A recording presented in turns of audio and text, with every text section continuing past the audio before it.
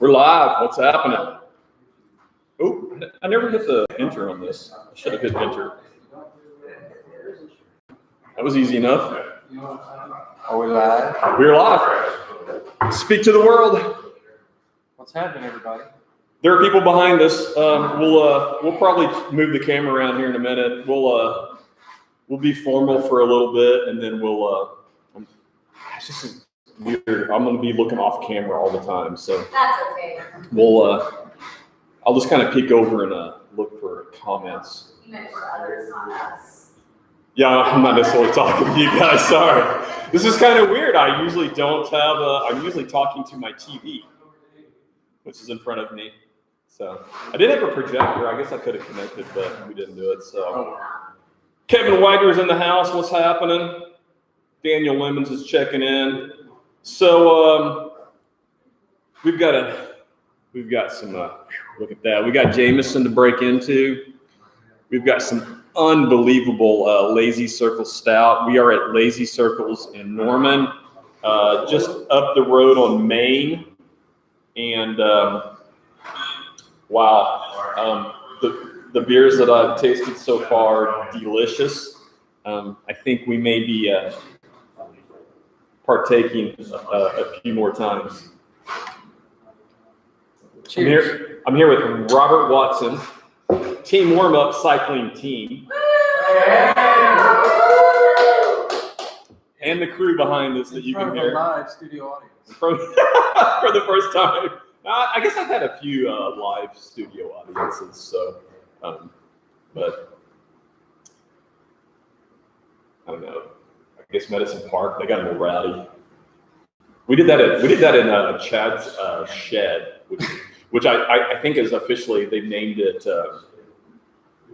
They've got bus camp, they've got base camp. I think his is called bike camp. Bike camp. I can't get all the camps straight sometimes. So Fitting. All right. Jay Black's in the house. What's happening? Greetings, friends, from Jeremy Black. So we'll have a few people checking in as we go. And as is the usual with YouTube, until they comment, I have no idea who's out there. So again, guys and gals, if you're out there watching on YouTube, be sure and comment, say hi. If you want to make a comment, you have to log in. So if you have a Gmail account, I think you can log straight into YouTube with your Gmail account. We'll break into the Jameson here in a bit, and I'll bring my friend Michael Bond up here in just a jiffy, and we'll do that. In the meantime, we have really one purpose, and that is to talk with Team Warm Up and talk about Sooner Stampede. I have a few other minor topics that I want to go ahead and get through, and we'll do that. So let's just knock those out real quick. No comments. I apologize for looking away from the camera, but I didn't think that through very well when I set this up. So I put my computer over here so it's not blocking the video. The video camera's there, but I got to look at my screen. So you guys will live with it, because I'm obviously no professional. So I'll do a few things, and I'll just turn this bad boy over, and I'll sit back and drink some beers and let Mr. Watson just talk. Deal? Deal. I'll drink some beer while you're talking. All right. So let's start out with Race for the Gold. That happened this weekend. I'm just going to do a few high points, not a lot. I apologize for missing Race for the Gold. Kelly Farms, Yukon, second annual. Jay Black won the first one, but looks like he was dethroned this weekend, but still had a good ride. But I was personally stoked. Although I'm wearing plaid and plaid hat, I'm all decked out here, but I'm still Bike Lab Blue in the heart, and I love seeing the Bike Lab Blue podium. So Bike Lab looked like they swept the whole thing, and unfortunately, somehow John Denton decided to start riding single speed this year, and I'm not sure that was a really good plan, because he kicked my ass at St. Crispin's. And then he goes and takes the Race for the Gold win. So I think John's figured something out, and now I'm a little bit nervous for the whole year. So Oh, well, congrats, John, and all the others. Was he a single speed at Kelly Farms? Yeah, yeah, he converted his, he's got a tensioner, and he converted his Epic, so he's got a full squish single speed, which is a difference maker. And yeah, he whooped my ass by like 5 minutes at St. Crispin's. He rides strong. I know, and I had a pretty good day. But you know, we'll see how training goes. I still got some work to do. Got something to shoot for. Yeah, I got some work to do. That's all right. Wichita Challenge update. I bailed this year. It's been a while, but I think we had a pretty solid crew go up there. I saw Alan White. I saw a bunch of my crew from Texas and Arkansas up there. We had quite a few in the mountain bike race, but I think more people probably did the gravel race on Saturday, because Wichita Challenge this year was a little different. They did the gravel race on Saturday, and they did the mountain bike race on Sunday, which normally they do a mountain bike race tour on Saturday, and they do the mountain bike race on Sunday. I believe if the Facebook post I saw early this morning was correct, Brad Eaton, one of our buddies from Tulsa, he doubled up. He did the gravel on one day, and then he did the mountain bike race on Sunday. So. As did Tanner. Tanner did too? Tanner did too. Tanner got 8th in the overall for the double. Damn. Yeah. Damn. That's all right. Shout Because out to Tanner and Brad. I don't know what the elevation was, but I've ridden out there on some of those gravel roads. It was a lot. It's steep. It was like 4,000 per race, I think. That shit's steep. 60 miles. I'll be ready to get back after Wichita next year. I just didn't want to risk it. I'm just now coming around from fitness wise, and apologize for that. Let me check that, and I will disable that bad boy. Mute. Sorry about that. So let's move on. Oh, let's see.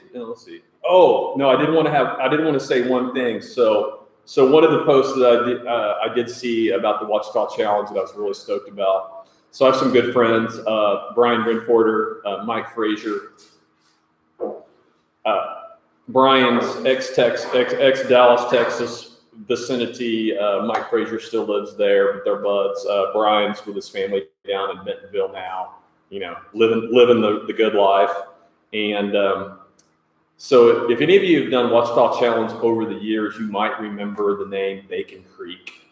It's the crossover after the halfway point. You cross the road, you have this halfway checkpoint, and then all of a sudden, there's all these knuckleheads out there in hammocks above the trail. They're in little floaties in the creek. And if you play your cards right, you can possibly get beer hand-ups, bacon hand-ups, and even possibly fireball hand-ups. So in one magical year about 3 years ago, somehow, because the timing was just right, I managed to be able to get all three in one shot. Normally you can't, because if you have an asshole like me in front of you that takes the hand up and you miss the beer hand up, or you have to go, you know, anyway. So, but Mike Frazier and Brian, and I think Brian's son was out there this year. I think they introduced him to Bacon Creek. So I was stoked to see those pictures and bummed that I missed Bacon Creek, but I'll be back again, and hopefully they'll be out there. It's always fun to have that in a race like that. One more quick reminder. I've been doing this every episode, and I want to do it one more episode. USA Cycling annual licenses for juniors, which include our Kids Cup, in addition to our juniors up to 17 years of age. I think that's right, because 18 are adults. Or is it 19? I think it's 18, and 19 they're adults. So racing age 18, they're considered juniors. Those licenses are free through USAC. So if you are questioning whether you want your junior racer to race, or you want them to, you know, they're doing Kids Cup, don't fret. Get your annual license. It's free. It doesn't cost anything. It just requires a little online work. If you have trouble with that, you can contact me or anybody in your vicinity, and they can put you in contact with me or our officials, and we can help facilitate that. If you just decide to do the one day, you still have to pay $10 just to do one day. That's not free. Now, granted, if I hear about that through kind of a junction with Bike Club here in Oklahoma City, Alyssa Lutz and myself through Trigger Dirt, we have been comping, or actually I've just been taking money out of my Trigger Dirt plate till and giving $10 to Amy Bean, our Kids Cup director, to cover that $10 if a parent had to pay $10. So we are personally covering the $10, but please save us the trouble of having to do that by getting annual because it's free. Juniors, so all juniors, all Kids Cup, all kids under 19, free. Standings. Had this question on Trigger Dirt webpage. When will standings be updated? My response was, I can't remember exactly what it was. It's basically when my lazy ass gets it done. I will get it done. I'm shooting for the end of this week, and I should. Amy Bean has given me the Kids Cup results. All I have to do is post those. I can knock those out in 30 minutes. However, it'll take me an hour or so to get the adults done, just because they're a little bit more complex. And we had 190 something riders at St. Crispin. So it'll take me a little bit, but I'm shooting for end of week. I have a big project at work tomorrow, but then I'm hoping. And see if there's any questions. Danny Prather checked in. What's happening, Danny? Darren Hall checked in. What's up, Darren? Terry Teetsort in the house. Good to see you, Terry. Hey, good to talk to you earlier this week as well, too. Darren says it's bike camp. That's Chad's. So Darren Hall was correcting me, or not correcting me, but he was confirming that I did get the bike camp right. That was a Chad. So that was actually quite fun. So again, all you guys out there on Tube, appreciate you being out there. Again, remember that if you have questions, comments, be sure and check in.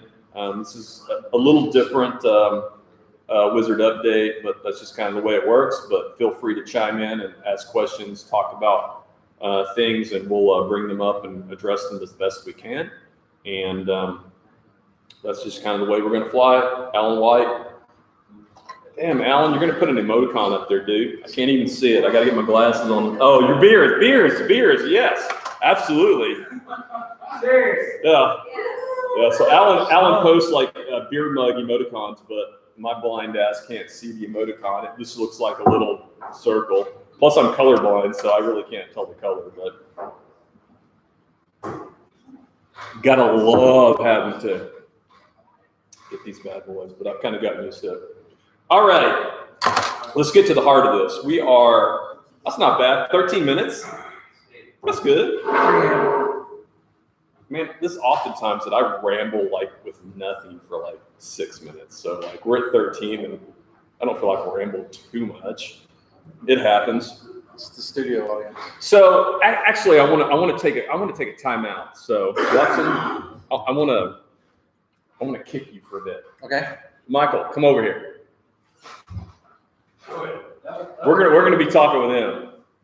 So I'm welcoming my good buddy Michael Bond, and I am saying it correctly. It's Bond, not plural, because I've said his name plural for like ever. It's not Bonds with an S. It is Bond.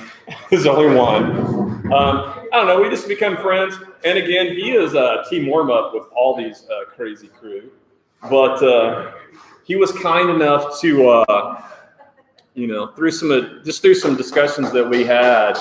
Look at this bad bottle right here at Jameson. This apparently is his drink of choice. It is. Yeah. So we're gonna.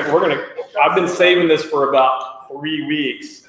So we're gonna. Will you let it last that long? Oh, absolutely, bro. I struggled because like last weekend I ran out. I was like low on the totem pole. Like I was in the last dab of wine. But you had the James. But it was yours. The whole point was that we were supposed to do this together. I was not going to break the seal without you.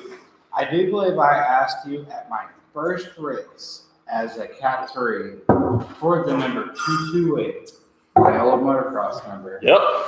And you said, no, that's reserved for Cat 2 races. I did at that. had it up. I asked for my number. You saved it for me. I did. And you're wearing it right. You got it on your bike right now, right? 228. Well, we should race a little bit more, but yeah, it'll be on there soon. 228. Cheers. Hey, cheers. Cheers, cheers.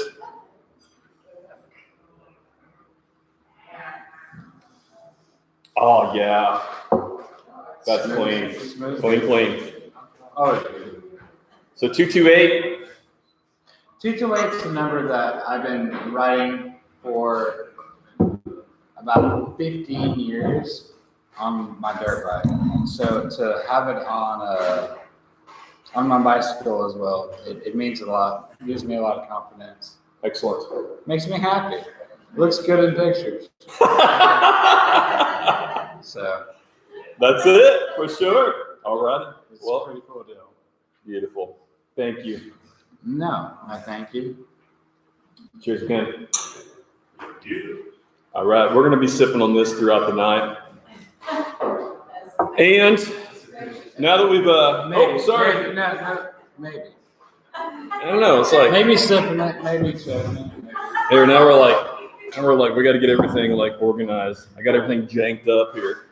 No, now I've got everything in front of you. So here we go. All right. I think we're going to rock and roll now. So appreciate it. We're going to get Watson back up here, and we're going to let him yap about what's happening this weekend, which is going to be freaking awesome. Michael, thank you. And we'll continue this as we go.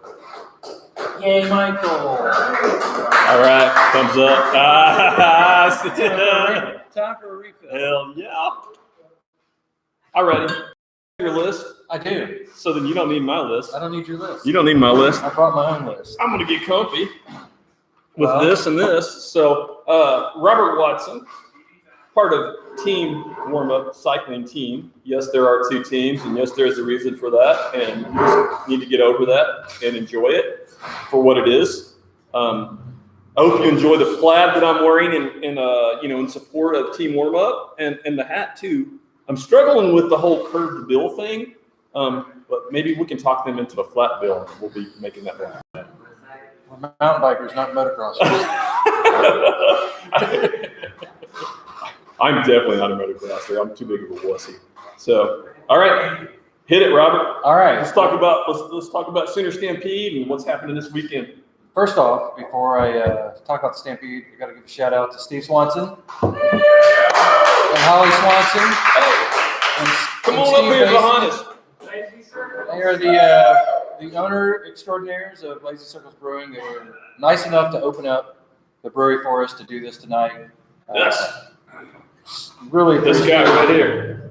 of letting us do this, but also the support they give us for all of our events. For the past few years, if you've ever been to a Team Warm-Up Cycling Team event, you have been able to partake in Lazy Circles Brewing beer that they provide to us free of charge, without question, every time. Always enough. We never run out. So I can't thank you guys enough. Really appreciate it. My pleasure. As I'm sure everyone here is aware, this past year has been super tough on a lot of small businesses. So make sure you get out and support your local family, friend-owned businesses like Lazy Circles to make sure that they're here forever and ever. This is my home away from home, so Absolutely. appreciate it, Brad. Thank you. All right. Appreciate it. Cheers. Beautiful. All right. Here, we'll do it. Here. Get that man some Jameson. Here. Oh, there we go. Okay, first thing, Sooner Stampede coming up this weekend, Sunday, March 28th. Races start at 10, I believe, for the Kids Cup, and then 11:30 or is it 11 or 11:30 for Cat 2? Anyway, you can read the flyer. Get pre-registered. Please pre-register. It's 12:30. For the Cat 1s, 12:30 for the Cat 1s, 12:40 for the Cat 2s. Cat 2s, and then I think 11. Although 11 for the Cat 3s, 10 for the Kids Cup. Anyway, if you're racing, get pre-registered. Please don't make us stand there and breathe your dirty air in a registration line, even though I'm vaccinated. Shout out to vaccinations. It just makes things go so much smoother, so much easier. So go to Bike Reg. It's super simple now. The USAC site is kind of a pain in the butt, but Bike Reg has it down to an art form. Just get on there. Bike Ridge is awesome. That was the best move. Save yourself a couple Zuck has bucks. ever made. Save yourself a couple bucks. It's not that much of a money saver to do it online, but it is a lifesaver for us, the people putting on the events, to not have to have a billion volunteers and line out the tents and trying to figure everything out the day of when you have 50 people pre-registered and 150 people showing up to race. When are you and not gonna? registered. Are you guys gonna when are you guys gonna close registration? That's a good question. Whatever it says now, I am going to go ahead and say that we are going to keep it open through Saturday afternoon. Okay. I'll tentatively say Saturday at noon, we are going to stop pre-registering online through the Bike Ridge. However, Excellent. on Saturday, the 27th, the day before the race, if you want to come out and pre-ride the course, we will have someone there from 10 to 1 o'clock in the afternoon to register you on site, so you don't have to do it the next day. That's just another attempt for us to try to make things go smoother on Sunday, not have to have everyone stand in long lines. That way, all you'll have to do, show up, we'll write your number plate down on the registration, on your waiver, and on the registration sheets, if it isn't already done, and get your legs marked and send you out the door with the beer ticket. And I'll get back to that here in a minute. But so yeah, first thing, get pre-registered, get pre-registered, get pre-registered. Please, please, please. And as for the Saturday, repeat that, the time frame on Saturday. Saturday, 10 to 1 10 to 1. at Clear Bay, up around where we do the race. I will be there as well for Chris plates, so I will be there in coordination with everybody to be plates. So if you don't have a plate, I'm your first stop. Excellent. Get a plate. Plates. Yep. Go get registered on Saturday, 10 to 1, and then hopefully I won't see any of you Sunday trying to do that. There you go. All right. It'll make things go way, way smoother, way easier for all the volunteers, Agreed. which we are all volunteers, not to have to deal with, like I said, long lines, people trying to get there at the last minute. And save yourself some time. Not only are you saving some money, you're saving yourself some time from having to stand in that line. You can get pre-registered. We'll have a line for people that are pre-registered, so you can just go in, like I said, mark your number plate down on your waiver, and beat feet to get your leg marked, and then get warmed up for your race. Also, along with that, we are not accepting any form of payment for registering day of, other than cash or checks. So we don't have the ability to take any cards. Service at T-Bird is spotty at best, so we're not going to deal with getting squares or anything like that. We're not going to deal with Venmo or PayPal or Cash App or whatever. Cash, check only. So remember that.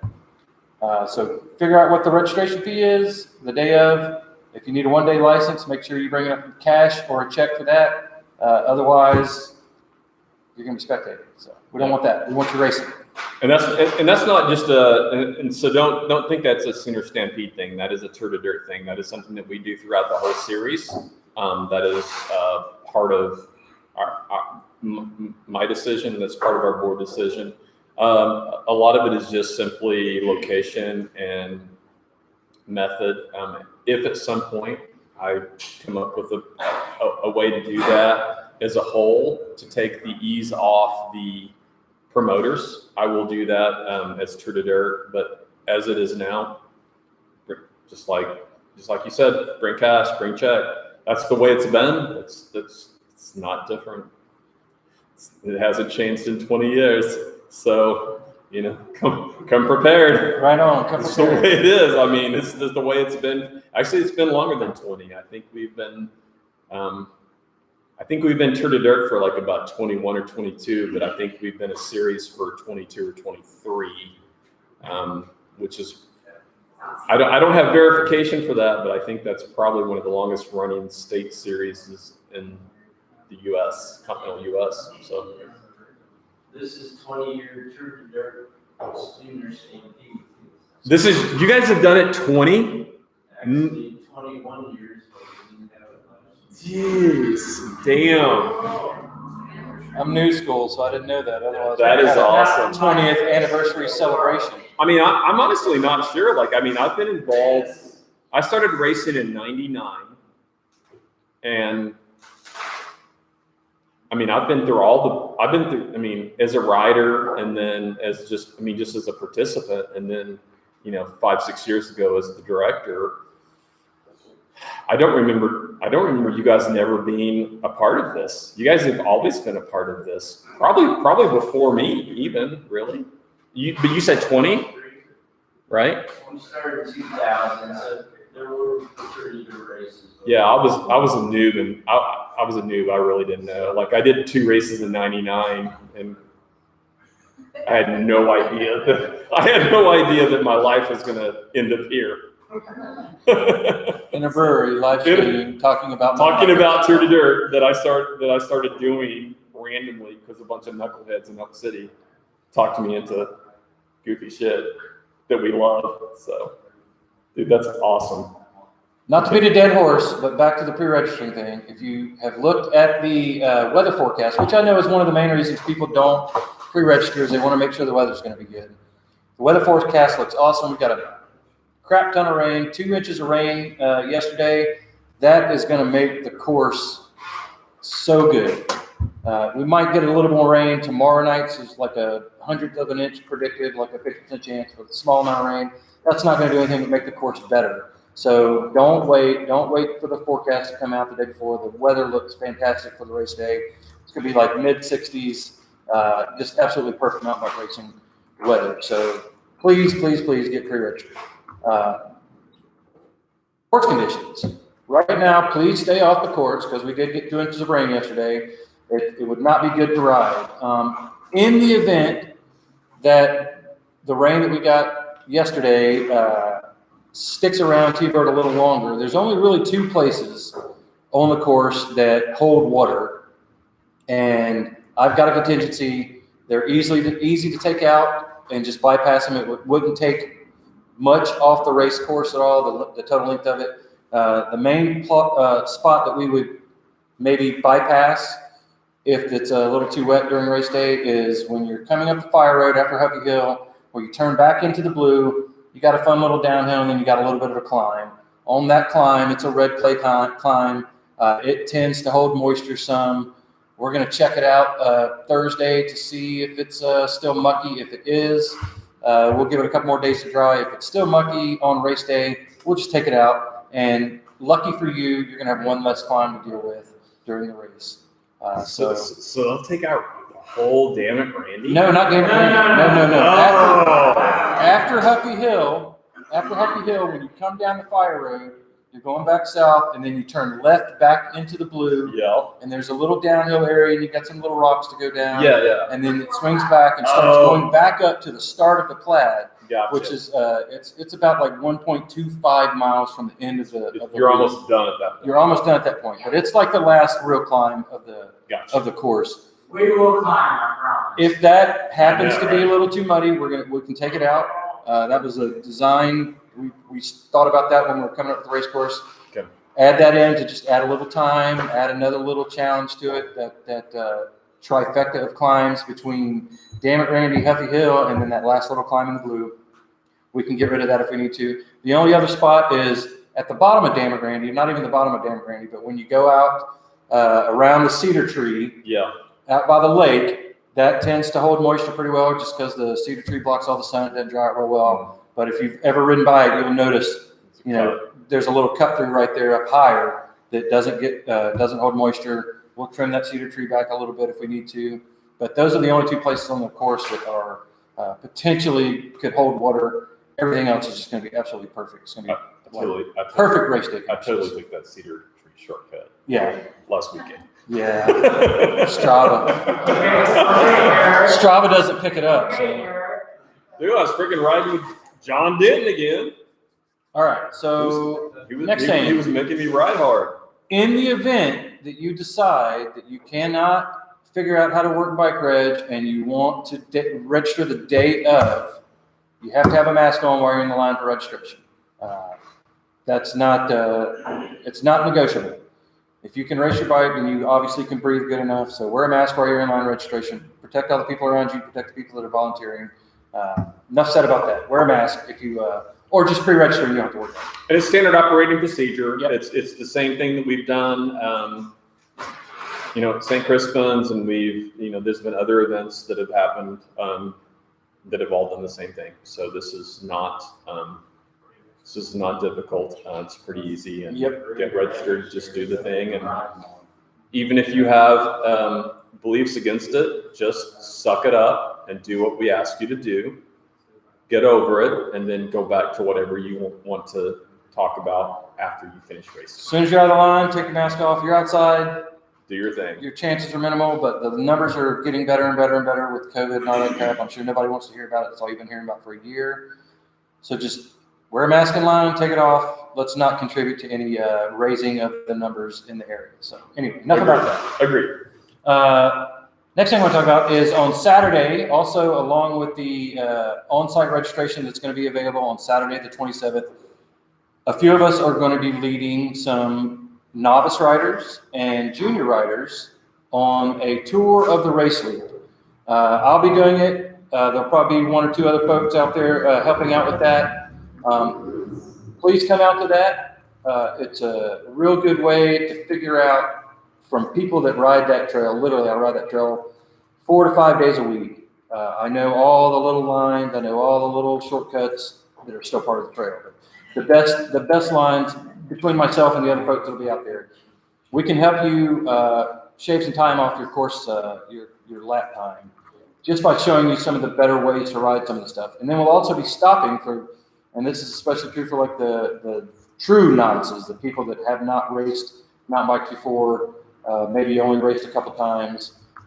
We'll stop and get off, I'll get off the bike, show you how to ride, show you where you should ride something, and then you can do it over and over. You can session it a couple times just to make sure that you have it down, so come race day Sunday, you'll just be able to flow right through stuff without having to worry about it, without having to be nervous about anything on it. We designed the course to be very non-technical, just so there's a little bit of a change. A lot of the Tour de Dirt courses this year and the last year are pretty technical, pretty hard, pretty rocky, so I wanted to change it up a little bit so we're doing short loops, non-technical. The challenge on the Tour de Dirt, or the Sooner Stampede course this year, is the climbing. There's a fair amount of climbing. We've got all the what I consider to be the most fun climbs that aren't in the gold in the race. So bring your lungs, show up to the pre-ride. We will show you the best way to ride any of the small little technical sections we have. Mainly on the blue downhill to the start of the Plaid. There's a couple little rocks you got to go through. And then coming down tabletop, which can be kind of intimidating if you're not used to going. It's hard to figure out where to get into it. It is. Yeah, that's about the only part. It's hard to get into it. It's like blind. You can't really see. It's like, if you come to the pre-ride on Saturday, you'll know. I will show you exactly where to go. I'll chime in here, and I will second everything that Robert just said. I pre-rode this last weekend. I did a couple of pretty solid laps, and it's a different course. And like, that's one of the things that I really love about what you guys do is like every year you guys, it's like you roll the dice and you throw something else, you throw something else at us. And this year you've done something again different, and I agree. This is a very rider-friendly course. Very rider-friendly. There's some climbing, but everything. There's no bridges. There's no wooden structures, which I know freaks a lot of people out. Some people don't have a problem. Some people do. None of those are in it. There's a couple of little techs. Probably dropping down tabletop is probably the hardest part. Yeah, for sure. And that's not even really that hard. Yeah. It's just a matter of locating it. And if you come to the pre-ride, you'll know exactly how to get into it, and then you're fine. It is a shorter course, so it gives a different perspective. It's a little different, which we'll allude to that in a minute because of the start, which makes the start harder. But I'm super stoked. I think we've had several courses that have changed like this and moved to a shorter type of course and a different course like this. I think it's great. I think it's going to be good for everybody. I think the fast guys and the fast girls and the people that really want to go out and just like smash it, I think they're going to be super happy because there's a lot to really hurt you. It's a burner. You're going to be, oh man. Dan and Randy, Huffy Hill, And then, like I said, it's not a hard climb, but after Huffy and after Damn It Randy, It's a grind. it makes it a little harder as the last little climb Yeah. in the blue. Yeah, for sure. I mean, it's like the trifecta of climbing. And But what I found is when I did my pre-ride is that there was a good breakup. So like you have a climb and then there's like a little gap and then you have a climb. Well, so there's a reward after every climb. Exactly. I mean, you get to do a fun little downhill section after every climb. Absolutely. So it's going to be a super great course. I hope so. So there's no hope so. It is. You did it. I'm telling you right now. There's no hope so. I like it, and if there's people that bitch about it, they're just wrong. In the I story. That's it. Right hear. now, the Wizard says they're wrong. I can't. It's an awesome course. I think it's going to be really fun. I think it's going to be really fun. We're super fortunate at T-Bird because we've got almost 27 miles of trail out there, so we can mix it up and not have you doing the same course over and over year after year after year, which is what we've tried to do since Team Warm-Up kind of got involved with promoting the race. How long have you guys been doing this now? I think this is it would have been our 5th year, but I think this is our 4th year of doing it.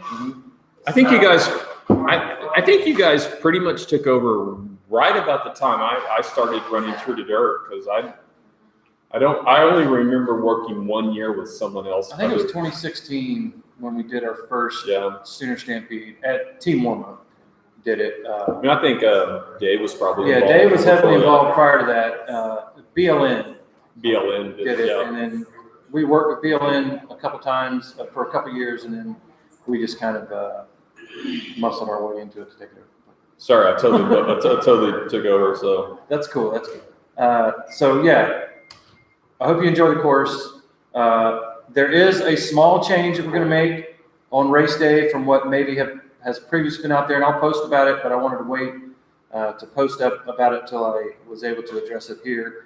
On the first lap of the Stampede, we are not going to take the power line easement all the way down to the dirt mound. This past year, where you go into the Platte, it's about 100 to 150 yards down. Once you go into the easement after the start, you're going to go off to the left into the Platte. In previous years, there was a tree gate right there, which if you tried to hit that tree gate at full speed and you had your dude road bars on, it wasn't going to work out for you. And it wasn't going to work out for anybody behind you either. It would get stuffed up right there. So after a lesson learned from a endurance event we put on, we decided to start taking people further down the power line easement to give everybody a chance to spread out a little more before hitting that, so it didn't just bottleneck right there at that tree gate. Somebody, I don't know who, I don't want to know who, because I was pretty pissed about it at first, but I'm kind of okay with it now, cut down one of those trees. And it's not an issue anymore. You can just haul up, haul butt, haul ass, whatever, right through there. You can curse? You can haul ass right through there. And it's not YouTube. It's not going to bottleneck anymore there. We're going to be starting the race. If you know where the little crow's nest is, the stage there, and then about, 30 feet or so behind that, there's a tree line, and then there's a little path that goes to the ponds on the little further north. We're going to be starting the race right at that tree line. So that's going to give you almost a quarter mile of sprint time to get first into the trees.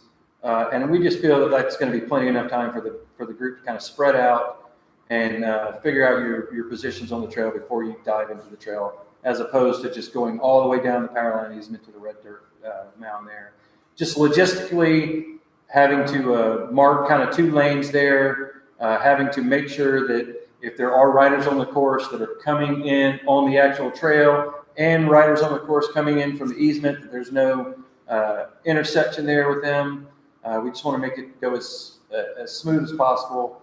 So Sunday when we're out riding, we decided to take going all the way down the pit power line easement out, and we're just going to dump right into the Plaid about 150 yards down. It's actually the second entrance into the Plaid.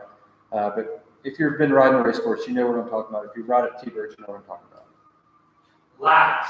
How many laps is each category doing? Okay. How many laps? Michael Bond has a question. How many laps are each category doing? Cat 3s. Hang on. Fire department's across the street. Fire department's blazing across. All All right, we're back. There you go. Cat 3s do 2 laps. Cat 2s do 3 laps. Cat 1s do 4 laps. So it's roughly 13 miles for Cat 2s, 19 and a half for Cat, or 13 miles for Cat 3s, 19 and a half for Cat 2s, and then 26 for Cat 1s. So, and I think it's about 500 to 600 feet of climbing per lap, if my Garmin isn't lying to me. I was ballpark that too. I think it's about 500 feet. So, But like I said, we were talking about earlier, the whole, like, I watch a lot of World Cup mountain bike racing, and they usually have like a 7K course, which ours is, a little bit longer than that, just because logistically it's hard to figure out how to do even shorter laps. right. And then with multiple categories racing, it just doesn't work out that we can do that short of a lap. But what I wanted to do was have a fast, fun, non-technical race course that the challenge, like I said earlier, was climbing. But it's also very, very spectator friendly.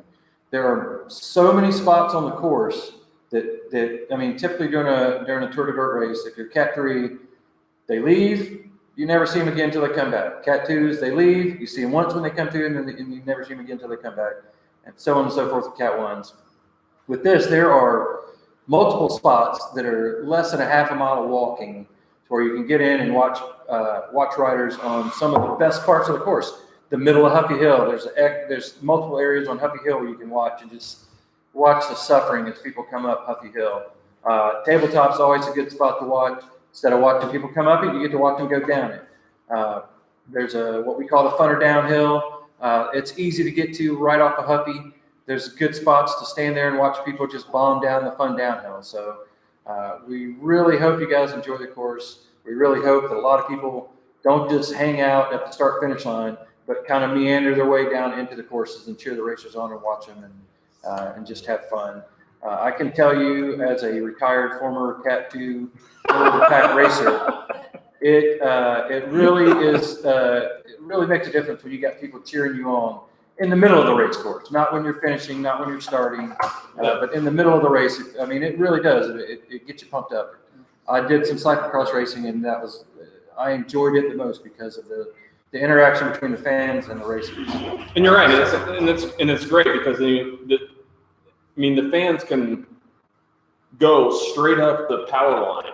Yeah. And there's 1, 2, 3. There's 3 places right there, just within half a mile. Yeah, and then down the fire road where Huffy Hill is. Yeah, I mean, that's what I'm talking about. Yeah. Okay. You don't have to go down Huffy Hill. Yeah. And it's like you catch them coming one way and coming the other way, and hear me, please, Stephen. There's like 3 places that you can catch people on Huffy Hill crossing and going up and climbing Huffy, and it's like there's tons of spectator, and even if you want to like cruise down in Plaid, there's like several places in Plaid you can see them crossing. So. I hope you take advantage of the course layout and literally go down Huffy Hill, go down to Tabletop, go down to some of the climbs in the Plaid or some of the downhills, and cheer guys on. Now, stay off the course. Don't get in their way, but cheer them on. Let them know that you appreciate them out there busting their butt. Yeah, no, it's okay. We're totally golden with people on foot, like on the trail. Yeah. Unlike last year, we had these like knucklehead roadies that kept getting on the trail and riding their bikes on the damn trail. All right. I'm not even sure who that guy was, but I'm glad he's not part of the Tour de Dirt anymore. After time out. So so Fo Smith is checked in. Forrest Smith, welcome, Forrest. Forrest is a old school alum. Liaison Knowles, Little John, for those of you that know, is checked in. Love you guys. Jay Black checked in and talked about the tree gate that you talked about that's cut out was the scene of his crash a couple of years ago. Was it you that cut it down, Jay Black? No, Jay Black totally would not do that. That's not within his demeanor. I have my theories on who it was. So Forrest Smith, I'm calling you out right now. You've been telling me that you're going to come down. Are you going to come down and race this race? Tell him I'll pay for his entry. Dude, I've already told him I'll pay for his entry.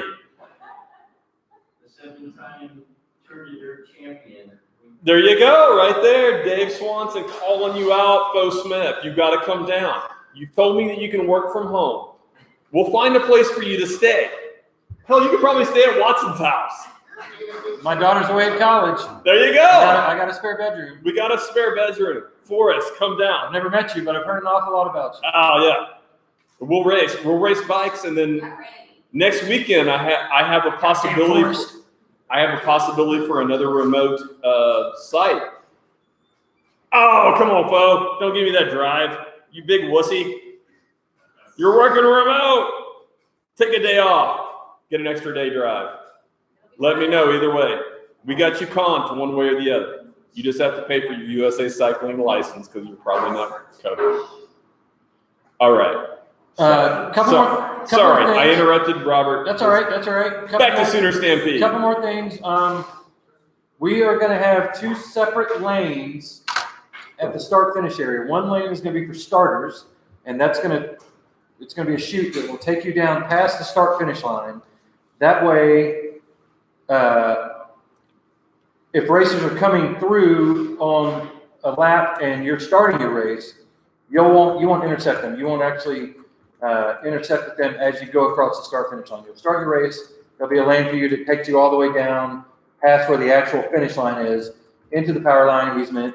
That way you won't have to worry about interacting with traffic that is just making one of their, if you're a Cat 2 or Cat 3, or Cat 2 or Cat 1, it's not going to be an issue in Cat 3s, but you won't have to interact with people that are just making a lap. So it'll be separated off. Yeah. So when the Cat 2s go, if by chance, I don't think it's going to be an issue, just the way we have the timing worked out. I think we figured it out after some brainstorming or between myself and Corey and Tom, which leads me to the next thing.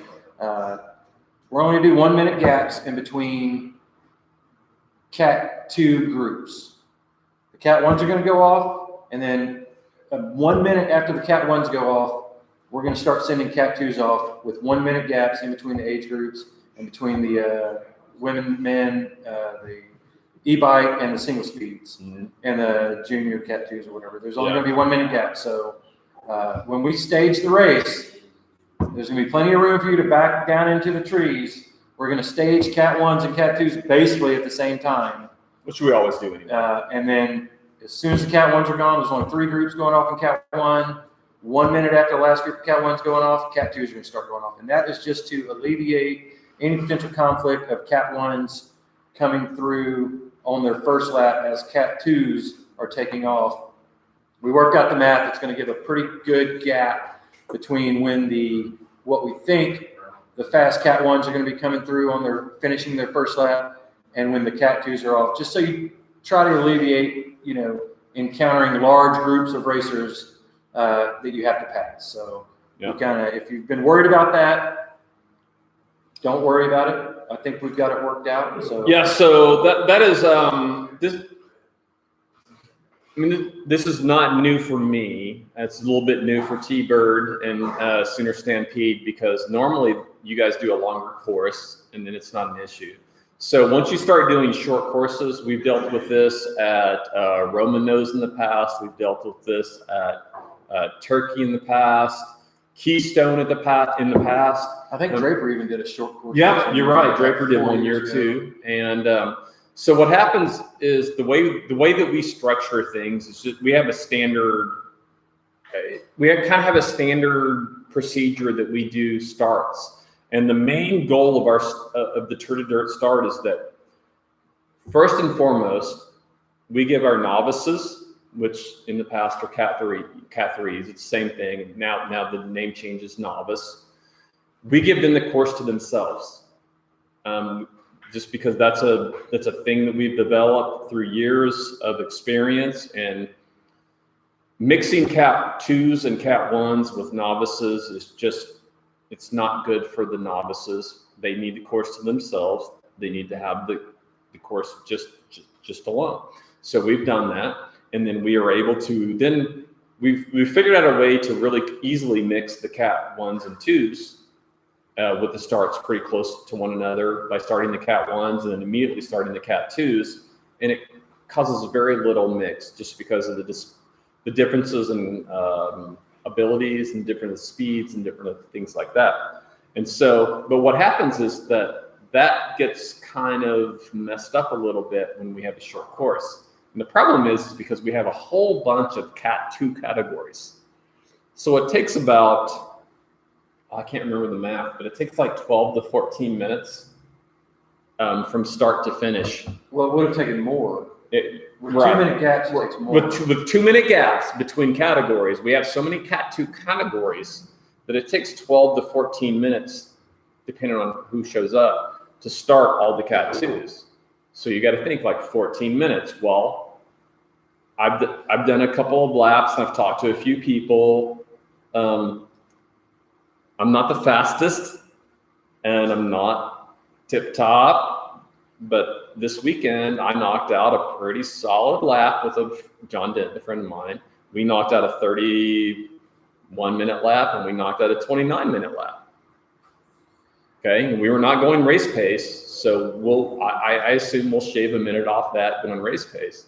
So I have to think that our cat 1, 19 to 39 guys, which are the studs, I got to think the top 1 or 2 or 3 or 4 of those guys are going to knock out a 25-minute lap.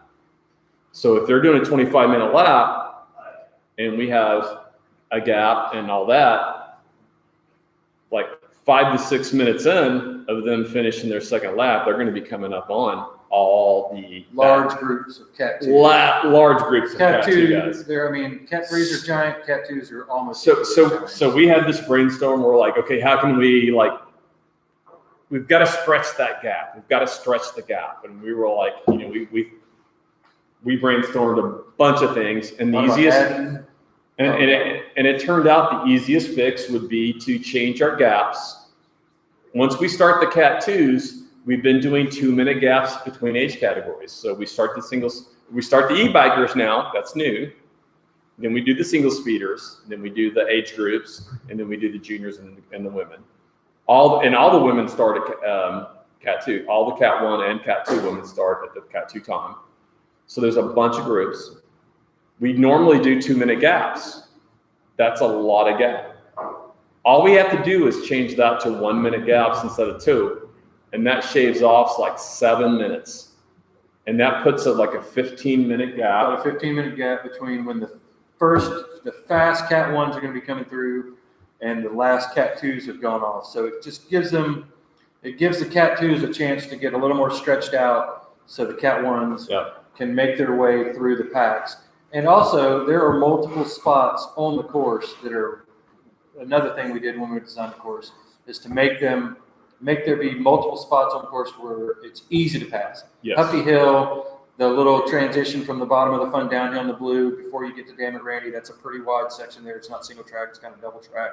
Honestly, there's a lot of places to pass. There's a lot of places to once pass. you get outside the plaid, and the plaid really, doesn't take more than. There's just a lot of trees, so you can't pass at pace.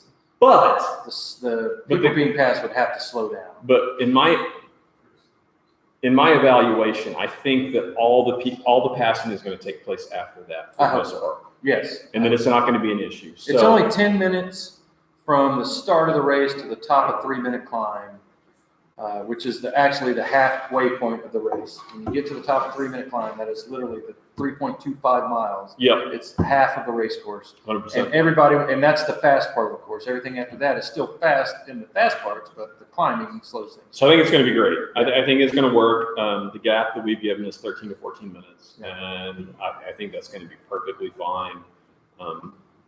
It'll be a little crowded out on course, so there'll be some age groups in the cat 2s that are probably touching each other that normally don't. Yeah. But I think that's going to be. It'll be all right. I think it's going to be very insignificant, and honestly, we're cat 1s and cat 2s. Short of being rude, but that's part of the gig. Yeah, you got to know how to pass. If you can't deal with that at this point, then. And like our good friend Alan White always says, when you are out on the race course and you do need to pass, don't be a dick. There you go. Let them know, hey, age group, different category, different race, let me by, please. Yep. Wait for them to tell you where they're going to go, and then you pass on the opposite side of where they're going to go. Everybody should know this by now, so just be cool out there. And if you're unsure, I think Michael had a question about the leg markings a minute ago, right? I just wanted to, well, it just helps with the leg markings, where you're at, who you're racing. Yeah. Right, and so Michael had a question, and that is the thing. Like, there are leg markings, so we do that. The weather's going to be nice, so we shouldn't have tights. So all the leg markings are done based on age and category, so you know who you're racing against. So if there's people in front of you that have a different leg marking, you're not actually racing against them, and so that should help you in determining if you're mixing up with other groups and things like that, and if you really need to race against them or not. And just give them a friend. If they're not in your age group and they're slowing you down, just give them a little friendly, hey, different age group, different category. Yep. Let me by, please. Just be happy. Another question. What if that e-bike guy like passes you up the hill and breaks your spirit? That's okay. That's okay. So the question was, is what if an e-bike guy passes you up Huffy Hill and breaks your spirit? Don't worry about it. So it's going to be a mixed bag, honestly, because, well, you're not going to have to worry about it. I'm the only one going to have to be worried about it because I'm going to be in there because the single speeders start behind the e-bikes. So I guess the only other people that would have to worry about it would be the 50 plus Cat 1s that are going to get caught by them.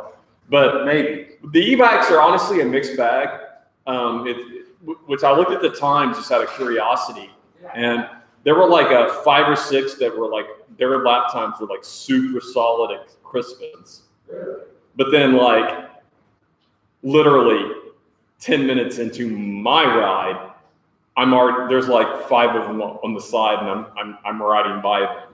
So forgot to charge. Right, it's a mixed bag. So that's the thing. Like now it'll be different at the T-Bird course because there's absolutely no way that they're going to have to get off their bike. So like, I mean, you got to remember that those guys have like a 50-pound bike. They have to get off and push their bike. It's heavy, but they're not going to have to get off. So, but it won't be a big deal. It's not going to be a big deal. It's honestly, it's kind of, I mean, it's super fun. And and hell, your motocross, all those guys are ex-motocross guys. I know. I should check them out before we even get to up. Half of those guys are from Ajax, which is another sponsor of ours, Ajax Motorsports. I'm sure they will appreciate a good takeout. Yeah. Yeah. All right, let me see. Got a couple other like housekeeping things. Oh, no, this is motocross. All right. Yeah. Got any questions from the online audience? Oh, I've been like checking, like, so Fo Smith is like still contemplating his 13-hour drive to get here. Where's he coming from? Well, Wisconsin. He works for Trek. Does Southwest fly? Surely we can get somebody. I know. To He said he's gonna drive. Surely we can get somebody to pick you up, and you can just borrow a bike. I know. Oh, I've got a. What size are you? I've got a medium Epic you can borrow. Dude, he's like your size. He could totally borrow your bike. So I'm not racing. Bo, you could totally borrow his bike. You and him are like almost the same size. How tall are you? Just under 5'10". He's a little. I think he's a little shorter. I think he's like 5'8". Well, and I ride a medium, so it's perfect. If you're a medium, it's fine. Shut up. No pub this year. Oh. What? Kind of trying to keep everything outdoors in the UV. So no pub this year. So winter solstice, winter solstice when we're herd immunized and Dirt crit. party again. Dirt crit. Summer. Oh, Yeah, we're gonna do one Tuesday or Thursday. Hey, Make it happen. I'll talk about that. Hey, let's talk about So no pub this year. We're bummed. We bought that pub a few years ago, basically with income generated from endurance races that we started a few years back. And we love the pub, and everybody loves the pub. It's really cool, but we're not going to have it up this year. So It's pretty closed in, so probably a good plan. bummer, but it will be back. The pub will reemerge, bigger and better. Well, not bigger, but better than ever before. Yes. The other thing, when you show up to the race and you're checking in to get your leg mark and whatnot, we are going to give everyone a little coin, a little plastic token, and that is good for one free beer. Beer provided by Lazy Circles Brewing, of course. We're going to have a New England style IPA, Station 1. So if you like IPAs, if you like a little citrusy IPA, it's going to be on tap available. And we're also going to have the two Stevens, Dos Estebans, Mexican style lager for everyone to drink. So hopefully everyone there will appreciate at least one of the two beers that we're going to be offering. Feel free to bring some if neither one of those are to your taste. But yeah, you'll get a token when you get your leg mark and whatnot, and that's good for one free beer. So shout out to Lazy Circles once again for providing us tasty beverages Cheers. on race day. Cheers. Also, for those of you Out here in these this is Bertha. For those of you who have ever been to Lazy Circles on one of their nights that they're open, there's usually a food truck here called OK Sandwich. And OK Sandwich will be at the Sooner Stampede providing delicious, tasty treats. They're going to have a little bit of a compressed menu just because they didn't want to try to figure out what everybody wanted. So they're going to have burgers. They're going to have Cubans. Their French fries are awesome. They're also going to have a asada bowl, which is a carne asada and cabbage and plantains and potatoes. It's freaking awesome. They're going to have a Philly, and then of course, all the soft drinks and whatnot. But be sure and patronize them. Another local business. Make sure they have a good day at the Stampede. Get some lunch or brunch or whatever you want to get. They'll be out there about 10:30, 11 o'clock slinging food till they sell out or till it's time to go. Yes, sir.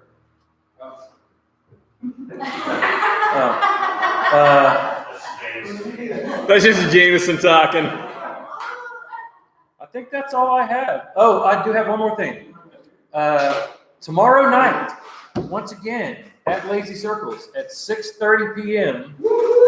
After a brief hiatus from last year, we're picking up again with the Lazy Circles chain gang ride from the brewery at 6:30. Groups. There's like it's a road ride that we basically take off, go out east for about 16 or 18 miles, depending on the daylight we have and how much time we have. And then you come back to the brewery. First beers on Fusion Fitness and Yoga and Buchanan's Bicycles. So come join us for the Lazy Circles ride. Get a free beer, and then maybe even pay for your second one or third one or fourth one. Is usually the case when I'm around. There's also an in-town ride for people that don't want to get out on the East Norman, Cleveland County roads. It just goes around town. It's a little tamer ride. The big ride, the 14 or 16 or 18 mile ride, we usually have around 15 to 17 miles an hour. So if you can't go at least 15 for 17, 18 miles, maybe start off on the 10 mile ride, which usually averages around 10 or 11 miles an hour. So be sure to show up for that. Ride leaves at 6:30 every Wednesday from now until November, or it gets too cold and the time changes, whatever. But be sure and participate in that if you want. And I think that is the last thing I have. All right. Rocking. How about you show the warm-up crew? I'm fixing to. So I think we're pretty much out. We're an hour over, and I'm going to flip this bad boy around. Boom. Let's see what we get here. This is our live crew here. So, all right. This is the team warm-up crew. And this is our live audience that we've been dealing with. They've been so pleasantly tame. Quiet. So pleasantly as instructed. As instructed. So, bring money for plates. Bring money for plates. That's right. Bring $5. Bring money for plates. That's exactly it. So, And pre-register so we don't have to work a lot on Saturday. Please, There you go. please do everything you can to not make us work on Saturday. All right, so we're gonna check out. I'm gonna leave it on our guests, and I'm gonna give you guys like 1 or 2 minutes at most while I BS right here. If you don't have anything to say, we're gonna close shop. We're like an hour and 5 minutes in, which is a long one. Luckily, we started an hour early, so like I'm gonna get home before midnight. I gotta sober up and go back to work. Crazy Dave, you just got called Crazy Dave by Fo Smith. Crazy day. Hey, while we are in town for the race, swing by to Lazy Swim. That's it. Hey, Swing real by. quick, I'm gonna go full moto. I'm gonna go full. There's some beers. I'm not sure if there's some. Yeah, he's in there working. I'm gonna go full moto. Mike, I appreciate this. You know, we voted across the get on the podium. They got their Monster Energy, and they usually got their Oakley shades and their hat turned sideways, and they just give shout outs to all their sponsors. Ah. The Team Warm Up Cycling Team has a warm up. Not a bunch of sponsors, but we got the best sponsors. We got Laser Service Brewing. Yep. We got Fusion Fitness and Yoga. Maybe soon to be a new sponsor, which we'll disclose a later date. We'll talk about that. And Buchanan Bicycles, keeping everybody running in Norman, along with a few other bike shops, but Buchanan's The biggest. they're our jam. So be sure to support the people that support us and Tour Dirt and mountain bike racing and everything else. Peace. Appreciate it. Beautiful. Thanks, dude. All right. Wow. Look out. I know it is. It's more fancy than my camera. That's awesome. We're totally still alive. Yeah, don't get crazy. We're totally still alive. Backslide. That was a good one. All right. Yeah. All righty, ladies and gents. I'm probably missing comments, but you know, hey, that's just the way it's gonna roll. So, I don't know. Dave showed his beard. You got it out there. We're 107 in. I'm gonna end this stream. Love you guys. Be there. Pre-register. Sooner Stampede, pre-register, do your thing. Pre-register. If you have any questions, call or message or Facebook or whatever it is you need to do to get information. Any questions about the race? Message Team Warm Up Cycling Team. We usually try to respond within 6 or 8 weeks. Don't call us. We'll Okay, so just message me instead because, and then I'll text him and tell him to deal with it. All right, peace out. Thank you. Hey. Awesome. What a show.